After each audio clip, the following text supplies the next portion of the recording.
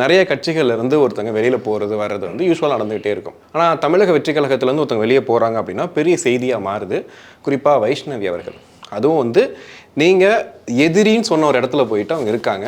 போனது மட்டும் இல்லாமல் அது இன்னொரு பிஜேபி அப்படின்ற வார்த்தையும் தாவேக்காவை பார்த்து சொல்லியிருக்காங்க. இவ்வளோ நாள் வந்து அண்ணன் தான் எங்களை காப்பாற்ற போகிறாரு, அண்ணன் தான் முதல்வராக போகிறான்னு சொல்லிட்டு இருந்த ஒருத்தங்க திடீர்னு வந்து ஒரு ஆப்போசிட் கூடாரத்துக்குள்ளே போயிட்டு ஒட்டுமொத்தமாக தாவேக்கா வந்து ஒரு பிஜேபி மாதிரின்னு சொல்கிறது இருக்கு இல்லையா? இது எப்படி எடுத்துக்க? இதில் ரெண்டு விஷயமா நம்ம பார்க்க வேண்டியது இருக்குது.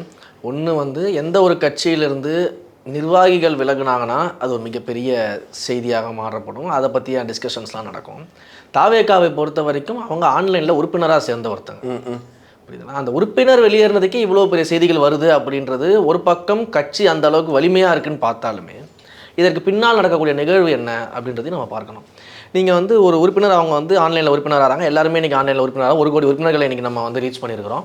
ஸோ இந்த அளவுக்கு இருக்கும்பொழுது அந்த 1 கோடி உறுப்பினர்களில் வந்து எத்தனையோ பேர் வந்து இன்ஸ்டாகிராமில் பேசுகிறவங்க இருக்கிறாங்க, ஃபேஸ்புக்கில் பேசுகிறவங்க இருக்காங்க, ட்விட்டரில் எழுதுகிறவங்க இருக்காங்க. எல்லாருமே உறுப்பினர்களாக இருந்து எழுதுகிறவங்க தான்.